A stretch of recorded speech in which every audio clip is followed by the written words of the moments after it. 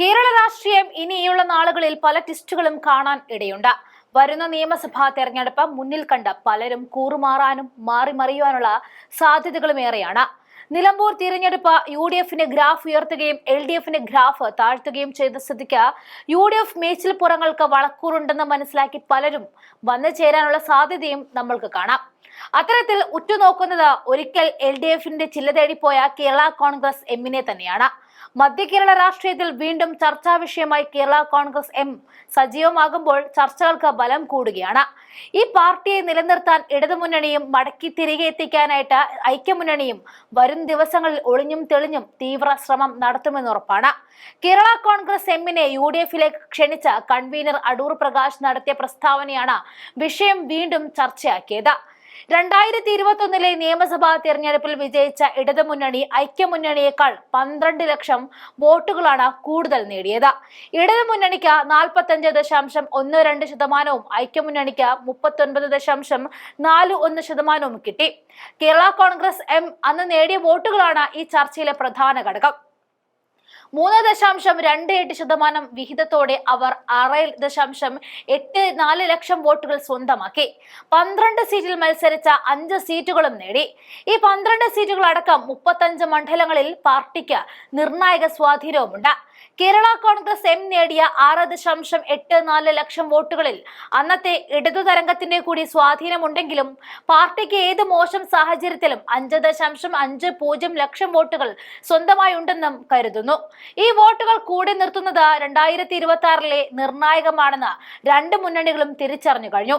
പാർട്ടിയുടെ അവകാശങ്ങൾ 2020 തദ്ദേശ തെരഞ്ഞെടുപ്പിലും 2021 അസംബ്ലി തെരഞ്ഞെടുപ്പിലും ഇടതുമുന്നണി അംഗീകരിച്ചത് ഈ ബലം തിരിച്ചറിഞ്ഞുകൊണ്ട് തന്നെയാണ്. കോട്ടയം ജില്ലാ പഞ്ചായത്ത്, പാലാ നഗരസഭ എന്നിവ ഇടതുപക്ഷത്തേക്ക് വന്നതും കോട്ടയത്ത് നിയമസഭാ മത്സരത്തിൽ മുന്നണി 5 സീറ്റ് നേടിയതും രണ്ടിലെയും സ്വാധീനം കൊണ്ട് തന്നെയാണ്. ജോസ് കെ മാണിക്ക് രാജ്യസഭാ ടിക്കറ്റ് വീണ്ടും നൽകിയതും 20 ഒപ്പം കൂടിയപ്പോൾ CPIMന് നൽകിയ വാക്കിന്റെ തുടർച്ചയാണ്. മിഷൻ 2026 ആലോചനകളിൽ ഐക്യമുന്നണിയെ അലോസരപ്പെടുത്തുന്നതും കേരള കോൺഗ്രസ് എം വിട്ടുപോയപ്പോഴുള്ള വോട്ട് കണക്ക് തന്നെയാണ്. ആ തിരിച്ചറിവിലാണ് കൺവീനർ അടൂർ പ്രകാശ് ജോസ് കെ മാണിയെ സ്വാഗതം ചെയ്തത്. ജോസ് മടങ്ങി വരുന്നതിനെ ഏറ്റവും തീവ്രമായി എതിർക്കുമെന്നും കരുതിയിരുന്ന PJ ജോസഫും കൂട്ടരും ആ രീതിയിലുള്ള പ്രതികരണം നടത്തിയില്ല എന്നതും ശ്രദ്ധേയമാണ്. UDFന്റെ വിപുലീകരണം ലക്ഷ്യമിടുന്നുണ്ടെന്നും executive chairman Mons Joseph MLA കഴിഞ്ഞ ദിവസം പറഞ്ഞിരുന്നു. തങ്ങൾ ആരെയും ക്ഷണിക്കുന്നില്ല എന്നും വരാൻ ആഗ്രഹിക്കുന്നവർക്ക് സ്വയം അത് വെളിപ്പെടുത്താമെന്നും മോൻസ് പറഞ്ഞു വെച്ചു. ഇടതിൽ തങ്ങൾ സന്തുഷ്ടരാണെന്നും ജോസ് കെ മാണി സെക്രട്ടേറിയറ്റ് യോഗത്തിന് ശേഷം മാധ്യമങ്ങളോട് പറഞ്ഞിരുന്നു. പക്ഷേ കേരള കോൺഗ്രസ് എം അണികൾക്ക് അത്ര വലിയ ഇടതു പ്രേമമില്ല. CPM CPI കക്ഷികൾ പ്രാദേശികമായി തങ്ങളോട് അത്ര അടുപ്പം കാണിക്കുന്നില്ല എന്നതാണ് അവരുടെ പരിഭവം. എന്നാൽ അടിക്കടിയുള്ള മുന്നണി മാറ്റം വിശ്വാസ്യതയ്ക്ക് ദോഷം വരുമെന്ന് മുന്നറിയിപ്പ് നൽകുന്ന നേതാക്കളും ആ പാർട്ടിയിലുണ്ട് താനും.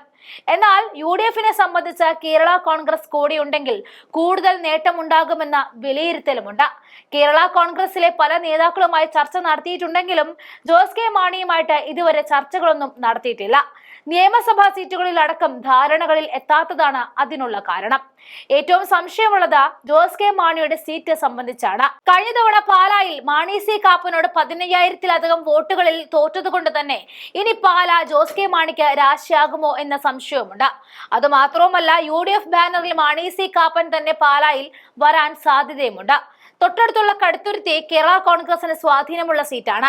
പക്ഷേ ജോസഫ് വിഭാഗത്തിലെ മോൻസ് ജോസഫ് സ്ഥിരമായി വിജയിക്കുന്ന കടുത്തുരുത്തി ജോസ് കെ മാണിക്ക് വേണ്ടി കുരുതി കൊടുക്കാനും തയ്യാറാകില്ല. ചങ്ങനാശ്ശേരി, പൂഞ്ഞാർ മണ്ഡലങ്ങൾ കേരള കോൺഗ്രസിന് സ്വാധീനമുള്ള സീറ്റുകളാണ്. ഇവയിൽ ഏതെങ്കിലും ഒന്ന് ജോസ് കെ മാണി തിരഞ്ഞെടുക്കുമോ ഇല്ലയോ എന്നാണ് ഇനി അറിയാനുള്ളത്. കേരള കോൺഗ്രസിനെ മുന്നിൽ നിർത്താനായിട്ട് മുസ്ലിം ലീഗ്, പാമ്പാടി അടക്കമുള്ള മലബാറിലെ പ്രധാന സീറ്റുകൾ വിട്ടുകൊടുക്കാനും തയ്യാറാണ്. പക്ഷേ കോട്ടയം വിട്ടാൽ രാഷ്ട്രീയ ഗ്രാഫിൽ ഇടിവുണ്ടാകും എന്നതാണ് ജോസ് കെ മാണിയെ അലട്ടുന്ന പ്രശ്നം. എങ്ങനെയെങ്കിലും ജോസ് കെ മാണിയെ ഒപ്പം നിർത്തുവാനുള്ള കിണഞ്ഞ പരിശ്രമത്തിൽ തന്നെയാണ് UDF ഉള്ളത്. അത് വിജയം കണ്ടാൽ ഉറപ്പിച്ച കോൺഗ്രസ് സർക്കാർ തന്നെ.